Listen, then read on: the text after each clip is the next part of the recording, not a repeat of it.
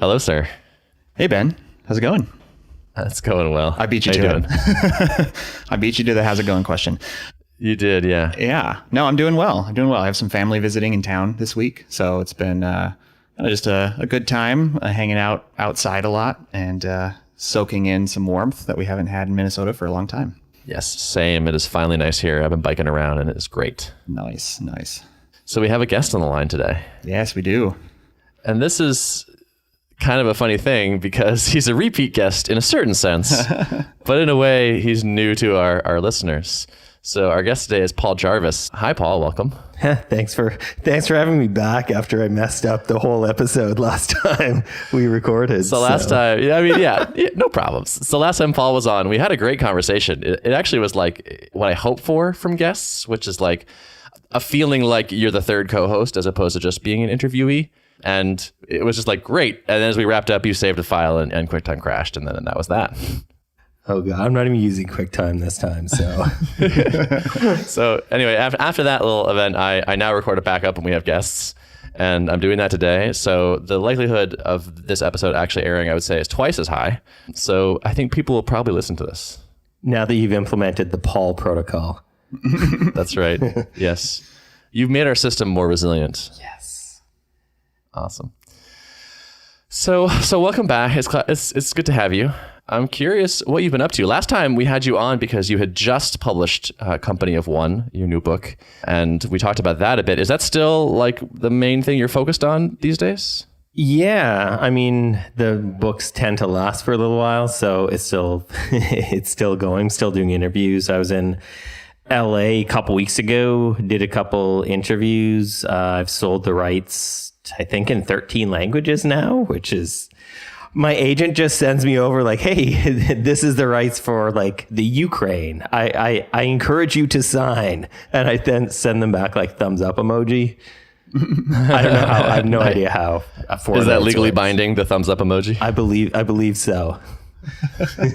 That's good. Selling it in multiple languages that's a great sign, right? It means people, they want it. It seems to be, yeah. It's traditional publishing, so I don't have any actual numbers yet, but it seems like that's a good sign. I'm pleased. Mm-hmm. I'm pleased with that. I want to see the covers in all the different languages. That's going to be exciting. And so do different places publish the different language versions then? Yeah. Are you signing new agreements with new people? Yeah. So they're totally different publishers. So the publishers in, say, like the Ukraine or Korea or somewhere else, like they buy the rights, they translate the book, they do a new cover design and interior design, and then sell it. And then I get royalties from them. So it's like, and it takes like 18 months. Like these books aren't going to, like, if you're like, yes, I get to read Company of One and like Ukrainian, it's like, no, hold your horses for like a year and a half. Do you have any concerns about being translated incorrectly? No, not at all. Maybe I should. But yeah, I mean, I trust that they do well. My agent knows who is like a legitimate publisher and who is not in all these different places. So I'm assuming they do a good job. Yeah, I don't know. Gotcha. Nice. Well, so I'd love to maybe kind of try to do an updates episode if we can stick to that format. So maybe we'll do some of our updates. So Derrick and I usually just kind of talk about what's been going on in our weeks, and we'll kind of hit you in turn. That sounds good to you. Yeah. All right, nice. Derrick, do you want to start? Tell us what's going on in your life. Sure. Yeah. So it's kind of still more the same for me. Like I mentioned at the top, I've got family in town visiting. And so since I'm kind of already in this in-between period of not having a particular product I'm moving forward, I've kind of used this time to hang out with family, which it's been nice. You know, I've spent a lot of hours in my hammock kind of just pondering things, and like before the bugs explode too badly and it's no longer hospitable to sit in the hammock, I'm gonna take advantage of that. So, you know, just trying my best to do relaxation and kind of a lot of brainstorming and high level thinking without, you know, torturing myself too much or putting too much pressure on myself to like figure it out right now. So I think that's my biggest hazard right now and you know, over the course of a day, I will probably slip into that mode at least a couple times where I'm just like frustrated and feel like I'm up against a wall. And so, yeah, it's the mental game for me right now, you know, trying to not let that overtake me. That's so hard because there's nothing magical about this moment that means you will get the idea or like bump into the thing that makes sense for you. Yeah. And so it's just, I totally get that. I would have the same impulse for sure. Yeah. But also like by the time the thing that triggered me to finally start a company was like a kind of random series of events where a few pieces fell into place all of a sudden. Mm-hmm. And there was no way for me to have forced that earlier. Yeah. I think that break might be necessary, even though none of us, like all of the people who are like us that do the things that we do feel like the break is necessary between things. I kind of think it is. I think that we need space to create. And if we just jump from one thing to another, we're not doing like Derrick said, like that actual like hammock thinking. Yeah. And it's like, in a way it is being productive. And I have to remind myself of that. Like there are a lot of ingredients that go into this whole creating new things business. And a big part of that is like the unstructured time and the time to think and to ponder. And like, I think, if I were to just go down the logical route of, analyzing lists of business ideas and picking ones that seem the most logical to do, I mean, that's what everyone else is doing. So you kind of have to find something that is novel enough and a unique enough take on something that you have an opinion about, but that also has a market. And that's just a really hard thing to do. And so. Is there a chance that we're sort of exacerbating that by bringing you on the podcast each week? And I mean, you feel like compelled to have an update of some kind? I'm not going to lie. Like it's a little bit challenging. Like I was talking to a buddy about this the other day and he was like, this could be a little bit of a challenging thing that like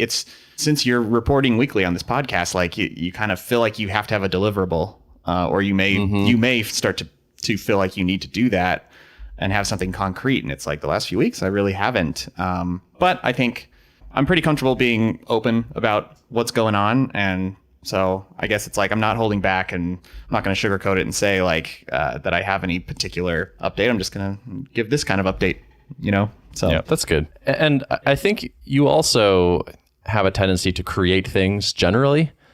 Like you redid your website, and you've been posting interesting things, and you've been writing, you've been making stuff, and so like I think that's kind of your natural MO anyway, and so that will sort of satisfy some of that impulse, hopefully. Yep.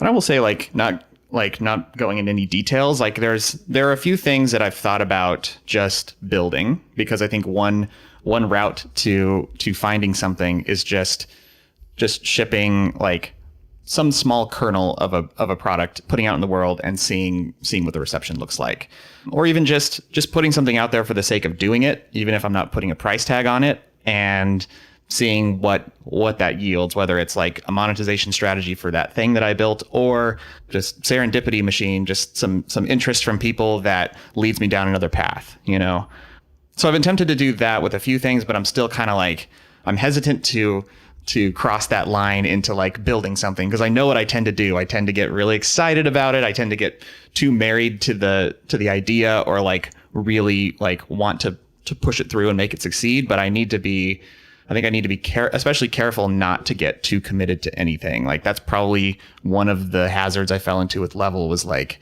I felt so deeply that this was a problem that the world needed solving. And like, so I was all in on it, which you need to be when you're committed to a business, but also you have to kind of have that hat on, especially in the early days of like, I need to be looking for things to disprove what I'm assuming, So I think I'm still hesitating to actually dive in and like start writing code for even just a small thing. The silence. I'm just waiting to see if Paul wants to say anything. No, I didn't have anything. I thought that I think that's good. I think it's hard to be in that space, but like I said, it's necessary. Yeah. One thing that came to mind as I was listening to that is like, Paul, I know you have your weekly newsletters or email, whatever you call your thing. And I wonder if something like that might be a good idea to be doing during this period, Derrick. Like, it seems like you naturally want to do it anyway, but having some sort of like deliverable-ish thing for a while might be like, it's just a good habit just to kind of keep going. Yeah, so I cranked out several blog posts in the last few weeks, and it's felt good doing that. Like my last one was like called Just Keep Shipping, and it was kind of about the meta theme behind what I'm doing right now. And it's like, even if I'm writing a blog post, that's still a form of shipping for me, and it still gives me the same benefits. I guess I'm like feeling a little bit challenged in like finding compelling enough topics to write about. Actually, I'm curious to hear from Paul, like how do you keep that stream going? Where's your fountain of ideas coming from? Or is it just kind of I guess what does that process look like for you? Yeah, I mean, it used to be that I would write once a week because I would publish once a week. I would still be ahead of my schedule. But like, to be honest, nowadays, like I'll spend like 2 or 3 days writing for like 2 months. And I'll just get like all of the ideas that have been welling up for 2 months and just put them down and give them to my copy editor. Like, here's 8 articles, dude, like get to it kind of thing. As far as like where the ideas come from, it's usually like a combination of what I'm interested in and what people are saying when they reply to my emails, as well as just wanting to try different things. Like I had last week, I think it was last week, I had an idea where I was like, I want to charge people money to ask me a question and then do video replies. And that's been on my list for probably like 1.5 years. And I was like, it seems like a good enough time to do it. I had time this week to film. So yeah, it's just kind of like throwing in whatever I'm interested in and listening to whatever people are like showing me that they're interested in. So yeah. But it's fits and starts for me for now. Like I haven't written an article for probably about a month, but last month I wrote probably 7 articles. Yeah. So that makes sense that like you would, if you go spend a little bit of time stepping away from that, you're going to kind of naturally accumulate some observations about the world or some ideas that so do you just jot down like, if you randomly come up with an idea, you just kind of scribble it down and then when it's time to write. And then I try to make sense of the jot. And if I can't, I scrap it.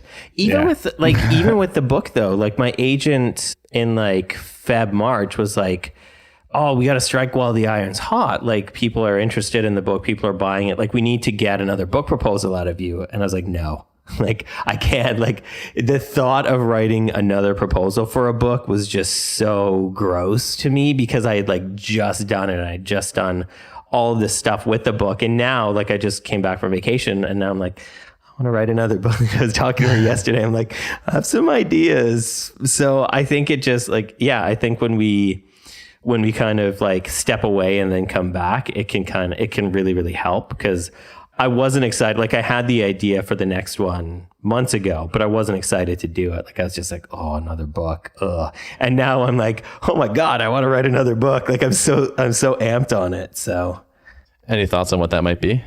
Yes. That you can share? Digital privacy is what I'm kind of working towards, but more from, it sounds so weird to say, but more from like a memoir standpoint, less of a like scientific data nerd kind of thing. So like, what's his name? AJ Jacobs' Year of Living Biblically, kind of like Year of Living Publicly on the internet or something like that. I don't know. The title is not there yet, but sure. Yeah, that's kind of what I'm working towards at the moment.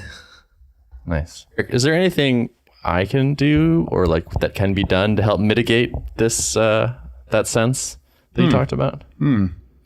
That's a good question. I mean, I have found it helpful to be kind of in community with folks. So like there's a few other founders that I'm in a little Slack based mastermind thingy, and like it helps me to be helpful to other people for sure. And so when opportunities arise like in there, you know, someone's like, hey, I'm reworking my pricing. Like, do you have thoughts about that? Or I'm like, I just rewrote the landing page copy on my website, and like being helpful to people where I can, where I really feel like I have some good opinions to share is, I think, helpful. I guess it's still not directly, you know, helping me achieve my ultimate goal of finding another idea, but it's at least, I don't know, helpful for mindset. Mm-hmm. What are your thoughts on working with somebody else on your next thing?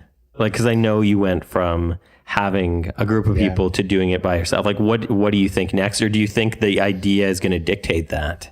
I mean, I think in reality, the idea probably will dictate it. I mean, I kind of went through an exercise and I wrote a blog post about it where I'm tried to come up with my filtering criteria for my next idea. And like, so I have things on there like it can't be mission critical. Like if my app goes down for a few minutes, it can't like take down all my customers' businesses or cost them millions of dollars, and things like that. And one of them was like, I definitely am heavily inspired by kind of your writing and Company of One. And like, that is what I want.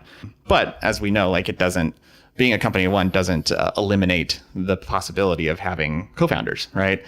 And so I think I'm open to it. I had a great partnership with Rob on my last business, and that was great. I'm at the phase right now where I'm not really sure who I would partner with. And I think of it kind of like a marriage. So it's a pretty serious thing, to go into business with somebody. But I would say I'm not closed off to the idea. I think it just means like I'm aware of the fact that the number to be considered successful and profitable needs to be a bit higher when you have multiple heads. And that's the main hesitation I have, aside from being confident that the person I would be partnering with is someone that I really want to work with, is just the fact that like that means we have to grow it that much bigger in order for it to be, paying us well. So nothing I can do to help with this. I don't know. Do you have anything in mind, Ben? Did you? No, I just like feeling like premeditated guilt or something. Oh, no. Or else like, I don't want to put you in a situation where you're going to do something that is not ideal for you, basically. No, and I don't feel that at all. Like, I think, it's hard for me to know what would be helpful to me right now. Honestly. Yeah, that's fair. It's hard to know. Yeah. Okay. Paul, I had this thought as Derrick was talking about Company of One, which is the title is like, I feel like you may have like a little bit signed up yourself to explain 10,000 times that Company of One doesn't necessarily refer to one person. Like, did you go into this knowing that was happening? No, and I don't know why I didn't. I was stupid. Like, honestly, I was dumb. Okay. It was that I was trying to describe a mindset with something concrete and literal. So, and even that's why I asked a question about partners or co-founders, because I don't have the skills to be a solo founder for a software product. My programming skills just aren't there. But I have found the benefit in doing bigger projects than just like course, or doing ongoing projects that aren't just like courses or books or that sort of thing with another person. And not even so much as like splitting up the work, more as like thinking it out. And like with the co-founder that I have with Fathom, like we basically challenge each other on every idea that we have. And it becomes such a great like filtering mechanism to get to what the truth is, or to get to what we should actually do. And I kind of miss that on some of my other projects where I am just working by myself. I'm like, what would so-and-so think? I'm like, oh, they're not on this project. Like, I'm probably going to bug them anyways, but technically we're not co-founders on this thing.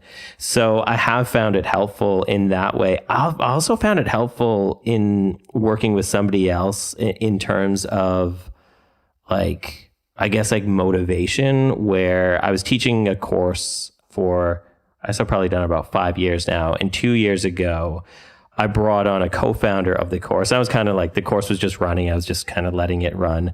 And then I brought somebody else on, and she brought this like excitement about it. And then that got me excited. And then I started like really working on it again. And it's just like, I think motivation can be contagious on teams. And it's kind of been interesting to explore, because I have been solo for so long. But like trying out partnerships, I think, is also pretty interesting. Yeah, my co-founder experiences from the past have been, really, really good. And it's like there were always a, 1 + 1 = 3 type of situation. And so I guess, you can kind of get some of that from, masterminds, or just from like, having friends that you can run stuff by. But you're right, like it's not quite the same as like you're in this together. Yeah, they're not in the arena with you. Yeah. And they typically don't want to be bugged a few times a day about things. Yep. Mm-hmm. That's one of the things I really like about having co-founders, is that we can talk about work pretty endlessly and no one gets tired of it. I remember in the early days being like, just let me know if you don't ever want to talk about this like on the weekend or whatever. And they're like, no, it's fine. Like this is kind of all I think about too. And it's like, okay, good. Similar levels of obsession. So Paul, I'm curious, I have this lingering question as I think about, what to do next. And I've pretty much exclusively done SaaS for my career as a software developer. But as I was reading Company of One and like figuring out that like a lot of my goals align with kind of the types of things articulated in there, I started to wonder, like, do I think that it's possible to kind of operate in that way and also run a full-fledged SaaS application? Because I mean, SaaS does come with its own complications. Like you kind of have to, you're running a service that presumably you're trying to get as close to 100% uptime as possible. And so as the technical person, that means if I don't have a lot of redundancy or backup, then I'm on call all the time, with 24/7, 365. But to actually have the right amount of redundancy, even just for keeping like servers alive. I mean, it's not like you can even just hire an engineer and then put them on call 24/7. So you kind of need a couple of them. And then that quickly can start to put the business, I feel like, into more of a, we're scaling up this business as opposed to staying small. So I'm curious if you have thoughts about that for SaaS. Yeah. And I mean, I've been kind of going through that with Fathom, where I switched co-founders last year. I guess it was last December. That's a while ago. And like, I almost shut it down because I was like, oh, I don't want to go through this again. Like, I don't want to find somebody else to do this. But luckily, somebody that I know that I was already working with stepped up. And we went through that same discussion. Like, the first co-founder was like, I can't do this because it is so taxing to like keep the servers online and the support never ends and stuff like that. And so when I started with the next, I guess, co-founder, is he a founder if he didn't really found? I don't even know what to call him. Jack. So we basically went from, I think, $50 a month hosting just on like a droplet on DigitalOcean to Heroku. I was like, I think our last bill was like $500. But so we invested in infrastructure heavily. So like servers don't go down, stuff doesn't stop working. And we pay a lot more for that. But we were like, well, do we hire like an engineer or a systems administrator? And we got quotes and they were like $1,000 a month to be basically on call to deal with things. And we're like, why don't we just like increase our spend a bit on infrastructure? And so far we've had, like, knock on wood, obviously, but like there's been no problems that have been immediate that needed to be fixed, because everything is redundant and backed up and scalable on demand and so we were like, it sucks that it's eaten into our profit margin by a ton, but on the other side, like, we don't have to worry about that as much. But yeah. At the same time, like, I just got back from being away for a month, and it's the first vacation I've taken of that length in a long time. And like, the last time I took a vacation, I wasn't really doing products. I was mostly doing services so long ago. But like, I had to basically do customer support every morning, only for probably about 15 to 30 minutes. But like, I woke up every day, I cleared out the support queue, and then I like went and did my holiday stuff. And like, that was kind of different. And that was kind of like, I wasn't really resentful of it, but I was still like, this is kind of different. And my wife was like, this is kind of different. So it's something to pay attention to, for sure. For the longest time at Drip, when we were just small, like I basically had to have my laptop with me at all times. Like, even if I was going to drive, across town and be an hour away from my house, like, got to have the laptop in the trunk. And, unfortunately there were many times where, we're sitting at a cocktail bar and I've got my laptop under the bar, just like troubleshooting some exceptions that came through. And so I'm especially aware of, like, that is not the life I want to lead for the long haul. And so I do think, I'm interested, like, I'm trying to balance, like, sticking with technology that I know for building whatever I'm going to do next. And also, like, trying to keep my eyes open for new ways of doing things that are more like small team friendly. And so like serverless technology is one thing that I'm really interested in. It's like, throw your code over to a provider and they handle all the scalability concerns, and you don't even have to worry about configuring servers. It's just your code. But a lot of that stuff is still in its infancy, and it's like, do I want to enter into the learning curve of that and figure out all the pitfalls of that approach as I'm trying to start something new, or just go scrappy with, Rails or Phoenix or something that I really know already, but are not quite as bulletproof on the deployment side. So yeah, it's hard to know, but I'm honestly, I love recurring revenue, and I'm a big proponent of SaaS, but I'm just trying to figure out, like, do I really want SaaS? Because it is not without headaches. I think all of the perfect easy businesses are already taken, though, is the thing. The ones that pay you a ton of money for like very little effort and have no concerns, I'm pretty sure those ones have been competed into dust. So it's like, what kind of struggling do you want to sign up for? Like, what's your favorite kind of struggle that to you is like the least bad, I guess, is probably the question. Paul, how's that $10 to contact you thing going? I think I made $50. Oh, yeah. Make that now money. there's a business. But if you can get famous enough that people will pay $10 to email you, you're onto something. Four of those 5 people didn't require a response. They're just like, I was just looking for a cheap way to support you for reading your stuff forever. So you don't even need to reply. Nice. Here's $10. I'm like, cool.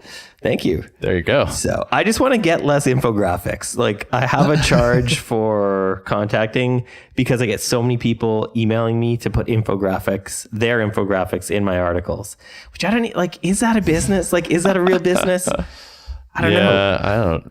Someone emailed me today and said they want to write an article about me, which I thought was really exciting.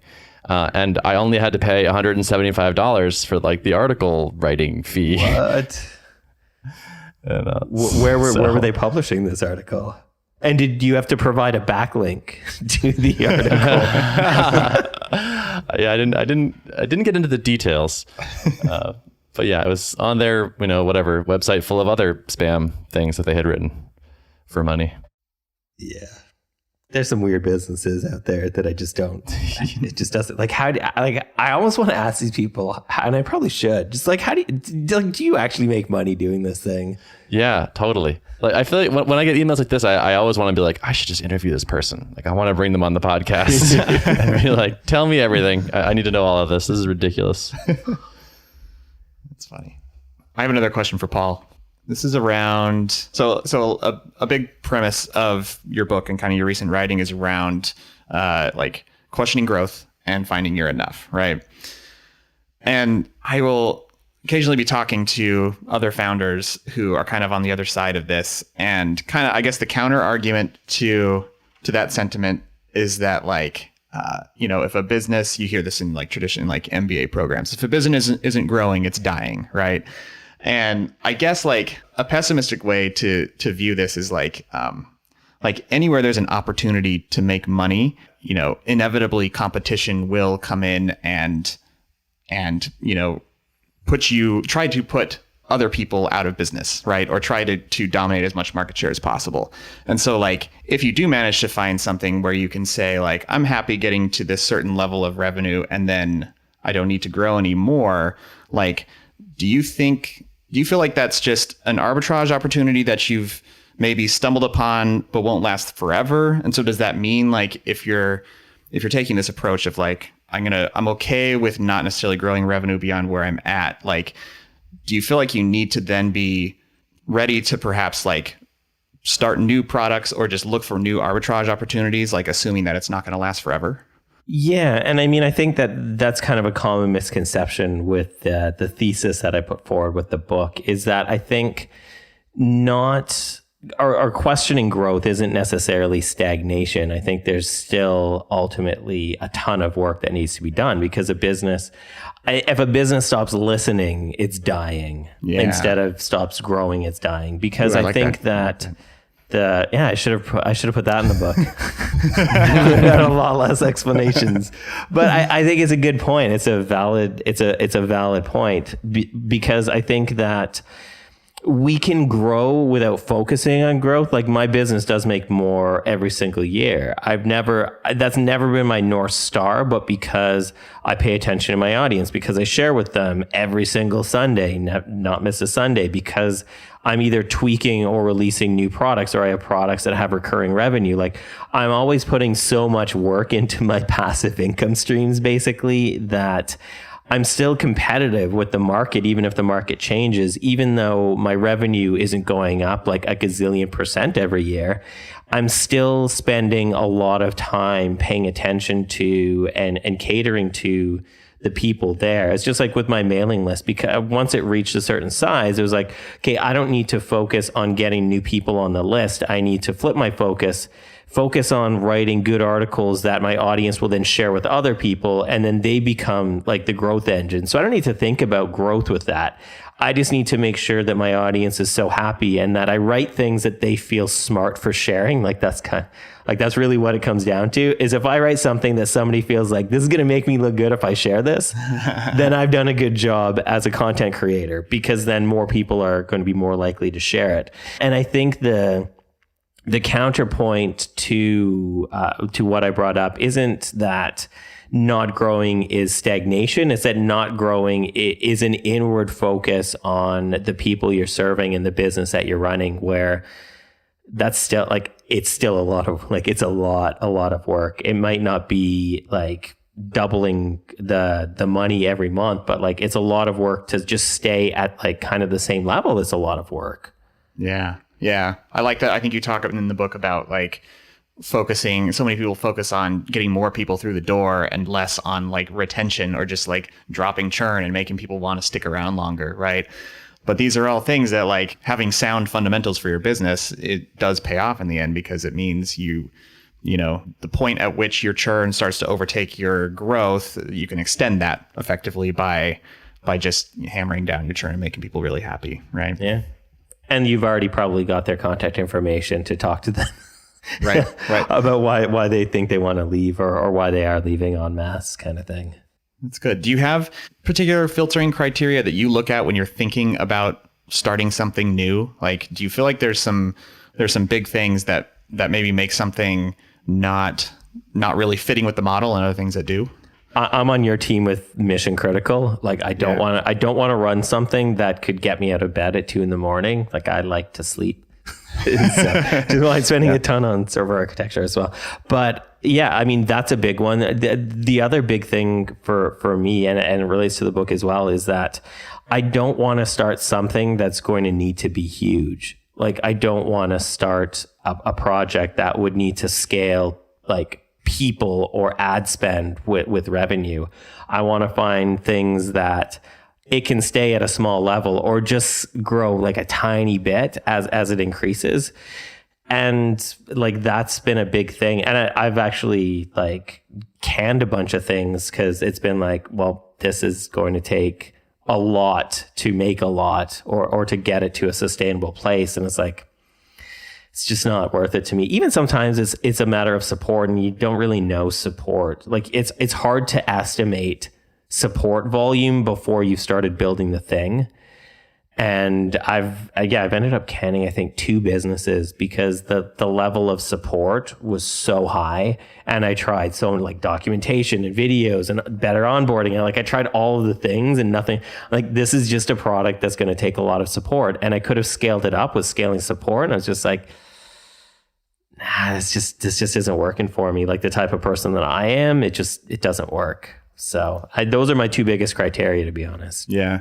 And some of that is, I imagine that's where the skill comes in, and the experience is like knowing, because some of that you can kind of try to test a little bit early on, I guess, to figure out like, is this going to require a lot of support, or is this going to require a lot of people? But it's hard to know, right? Ultimately, like. Yeah, especially when you build stuff with other people's systems, like the WordPress plugin that I sell, it does well in terms of like monthly revenue, but people have a lot of support questions. And the kicker to that, when you're working with somebody else's platform or in somebody else's platform, is that 90% of the support questions have nothing to do with our plugin. that somebody has their theme installed wrong. Somebody has like Nginx set up so redirects completely muck up. Or it's like a million other things. So we basically have to solve WordPress problems to get just our little bit of like almost discrete, but actually not really piece of software working for them. So that I wouldn't have, because like I know how to develop WordPress like themes and plugins. So that's not something I would have thought of. Like I can figure out, like I have the tools to figure out if something's not working, what it is. But if people aren't developers in the WordPress ecosystem, like they don't know. Like it's not their job to know what's breaking. It's just their job to be like, the last thing I bought was this. My site doesn't work anymore. I'm going to contact them. Yeah. I imagine that's, you hear about this with other businesses too, where you effectively, your support team becomes support for a downstream product or something. And for the internet. Yeah. Yeah. It's got to be a little frustrating at times, I'm sure. Yeah. I've been that person before. Even as a technical person, sometimes you just like get it wrong, like where the problem is coming from. And I've barked up the wrong tree and then had to apologize later. Like, I have a weird ad blocker plugin or something. Like it's been me sometimes. So I have a quick update as long as I'm making noise over here. Yeah. So I sent an email actually to the whole marketing list this week, which was kind of exciting. We have set a launch date to launch publicly. So we're going to be launching in August. Well, we sort of have a launch date. We have a launch month somewhere in August. Nice. At the last minute, I like backed out the particular day, and I was like, you know what would be nice? It'd be like a little flexibility here. So let's just say August, and then we'll figure out exactly when in a couple of weeks. So that was cool. So I invited everyone that was already on the list to sign up before then. But and so like there's been like a nice stream of signups since then, which is great. But it's cool to have a line in the sand again, like a thing that we're working towards. I always enjoy that, even when they're sort of arbitrary. Why did you draw that line now as opposed to like a month prior or a month later? Yeah, there's a few factors going on. So one is that the app is in honestly a good place. Like it feels like there's no reason to gate people from it at this point. Like it feels pretty solid. It's not embarrassing anymore, and like not like just fragile, I guess. The other is, and there's two big ones. One is that Slack has a feature in their product that allows you to do remote control, and they announced a couple weeks ago that they're removing that, and they're going to do that early July. So we're like, well, there's going to be a whole bunch of people who are suddenly going to become eligible customers in July. It sure would be nice to have the doors open by then. Unfortunately, we all have travel plans. All three of us have travel plans for July. So I was like, well, we probably shouldn't launch and then immediately all go on vacation. So it's like, all right, well, I guess August is when we're going to do it. So we're just going to shoot for early August and hope that works. Nice. That's exciting. Yeah. And so I know you were kind of debating, like, should I stay in this like superhuman style invite only phase for a while, or should I launch to the world? And where, like, obviously you end up deciding to launch, but kind of what was your thought process behind that?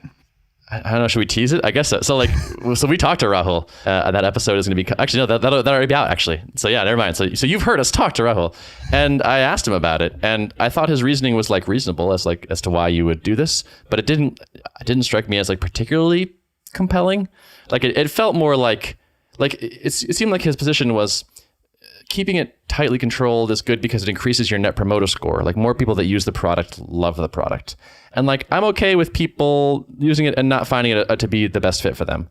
Like I don't actually need to weed those people out. I don't need to create a viral sensation or grow huge. And it felt a little bit like copying that would just be copying a kind of a side effect or like not a primary action of a business because I thought the rest of the business was cool. And so it just seemed like, all right, let's do this. Yeah. I also suspect that like, I don't know. I mean, different products have different levels of complexity, like user interface level complexity, I'd say. Like, obviously you guys are dealing with a lot of complexity under the hood, but on the surface, it's a fairly straightforward, value delivery. And for an email client, there's a zillion different things you could build into it. There's a zillion different ways you could get steered off track by people who are not a great fit for your core mission. And so I think it's wise for them, if for no other reason than to like keep their product team focused on figuring out the best things to build by keeping it constrained. And I feel like that's not necessarily a constraint or a need that you guys have, Yeah, I mean, honestly, one of my takeaways from that conversation is it seemed like we were motivated by somewhat different things. where he is sort of in his goal was to like grow by a certain percent every week or every month and just do that as long as possible and scale up as much as necessary to do that. And that's not my mindset. And so it was like, I felt like there was a whole, we were a bit mismatched in that way. So just aping that sort of practice would make even less sense than usual. And it's probably not even a great idea most of the time, even if we did have the same goals. Yeah, I agree. So I feel good about it. I'm actually looking forward to opening the doors. Like as I've like opened it up more and more, I've enjoyed it. Like it feels good. Like, and like moving more parts to sort of self-serve and like start to build the engine and like, oh, now this part connects to this part and I don't have to manually manage this thing anymore. It's fun for me. I like trying to like tune a self-service engine. I find that really appealing, more so than like, let's keep it sort of tightly controlled and I'll decide who gets to come in and we'll do manual stuff for everybody. It's just more my type of tea. My type of tea. Is there a feature freeze between now and public, and it's just like squashing bugs? Or that's on my list. So I created a launch checklist, and one of them was like, stop code changes at some point. So I don't know what that point is going to be. Yeah. But we'll see. Naturally, we want to launch with something pretty stable. But we had an interesting realization, which is, so there were something like 5,300 people on this list that I emailed, and we're getting a lot of signups from that. And it may be that like our big signup time is now and actually not in a couple months. Cause like opening it publicly, like a lot of the people that want it were already on the list and can get in eventually. So I'm sort of not expecting a huge surge in signups. That'd be okay, but I don't think it's going to be too nuts, honestly, unless I get way better at product launches and marketing between now and then. Yeah, I think that's a good sign, though, because I feel like a lot of the traffic that comes in during the big blow the doors off launch is like a lot of people curious because, oh, there's a new thing in the world, and not necessarily like prime customers. So I would expect like a lot of times there's extremely high churn on big splash launches. And I think it's a good sign that you guys are kind of like taking the deep roots, foundational approach of like letting in cohorts and stuff, as opposed to like relying on the big product hunt launch and the Hacker News launch. Yes, totally. So. Yeah, it is going to be interesting though, because once you've done the list, so you've already exhausted the list, up to through yesterday basically, and once we do the launch, it's like, all right, now we have to actually do marketing. Yeah. And like, where are the customers going to come from after that? So it's going to be a new set of challenges for me. It'll be interesting. How are people getting into the top of the funnel now? Like, how are people getting on the mailing list? Like, what's the source for that currently? Mostly Twitter. Interesting. Yeah, oddly enough, Twitter and like podcasts. This one and podcasts that I guest on are like our biggest drivers. And then just like word of mouth from existing customers, but usually word of mouth through Twitter. That's good that's a good thing to know, though. It is. I mean, it's double-edged because it's like I can kind of be on Twitter at work and have it be productive, but then it's like now I'm on Twitter and now it's mixed.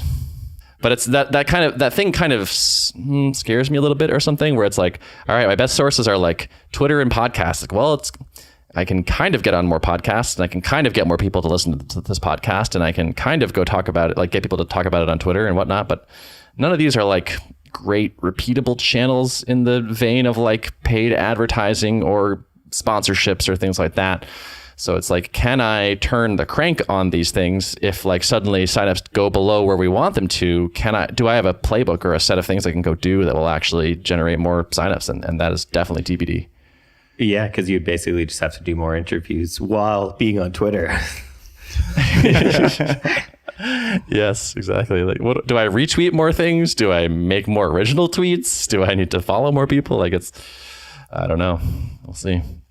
But it'll just be another problem to solve, and this seems to be an endless stream of that. So that's okay. That's what I signed up for. Yeah, I think that's common though. Like, I think for most of the people that I talk to that do kind of the things that we do, they know how to build the excitement and do the splashy launch, but then after the launch is a lot more difficult, or it's things that like we don't always think about, and those are the things that are like just as important, because we need to keep people getting in the top of the funnel. You need to keep finding like new places or new audiences to show the thing. And it's like that's work, and that's hard, and it's harder too because the excitement might have died or diminished slightly. Right. And you're like, oh, I totally. still got to promote this. Like, oh no. Yeah. Well, yeah. And we're not the hot new thing. And after a while, it's like, oh yeah, I already heard about that from somebody else and decided not to try it back then. So I'll just stick with that decision. And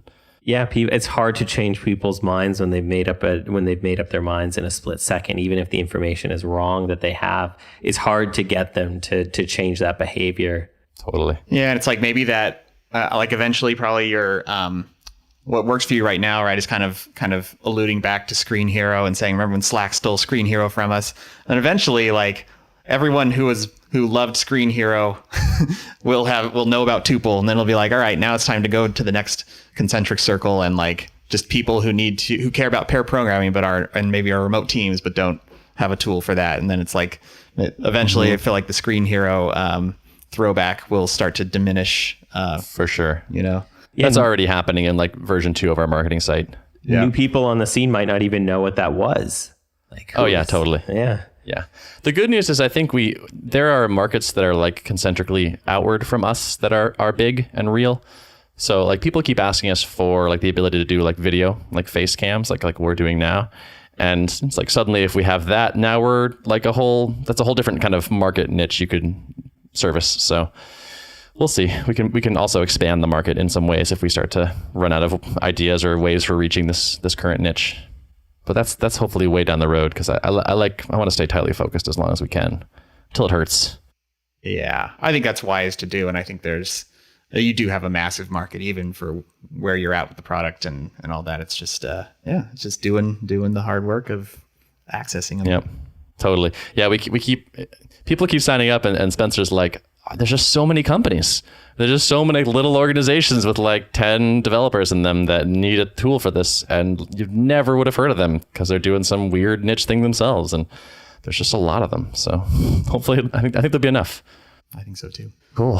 Anything else going on with the two of you that you want to talk about? I think I'm good. Paul? Yeah, I think I'm good. I can't think of anything else. Anything you want to plug, Paul? Any of your products you're working on? Oh, what am I working on right now? Redoing my MailChimp course because MailChimp changed everything. And I was like, oh, really? Because every time there's a change, I'm like, oh, that's a video that I have to professionally record again. But yeah, working on getting another version of Fathom out the door. And it's with other versions, it's hard because like the excitement of building the thing has diminished because we already built version 1. And now it's like trying to get that back. And it's at that, and we were talking about this before we started recording.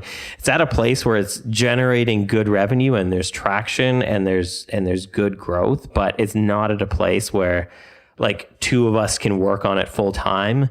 So like we're trying to just like eke out little bits of time to like build the next thing into it while it grows, which is challenging because like if I could just work on that for a couple months, that would be awesome. But like I'm not in a place where I can do that. So I've just got to like take my time with it, which is hard to balance. Like, oh, it's going to take quite a bit of time, but I also want to stay like super stoked about it. But it's like it's happening over months instead of days. So that's a thing. But yeah, I'm excited to get that out the door. The UI is done for it. It's just the back end that needs to be kind of finished up. Very nice. Well, I'm a Fathom customer. I use it for my personal site, and I use it on level 2, and it's great. I mean, it's just so refreshing. Like it's the data that I wanted to see every time I went to Google Analytics and had to dig around for. So nice. That's that. But so that's another weird thing, right? Because our audience is kind of split. Half of them care about privacy, and half of them just like, I like Fathom because it's just simple. Yeah. It's hard to figure out because one isn't pulling ahead in terms of customers. It's hard to be like, do we market ourselves as the simple analytics or the privacy focused analytics, or muddy it a bit and just be the simple privacy focused analytics? So maybe two different landing pages on your website focused on each or something. Yeah. Very nice. Staying Stoked with Paul Jarvis, episode title. Yeah. Awesome. All right. Well, shall we wrap it? Yes, let's wrap it. Sure. Cool. Show notes for this episode, Mr. Derrick? Yes, show notes can be found at artofproductpodcast.com. Thanks for listening. See ya. Bye.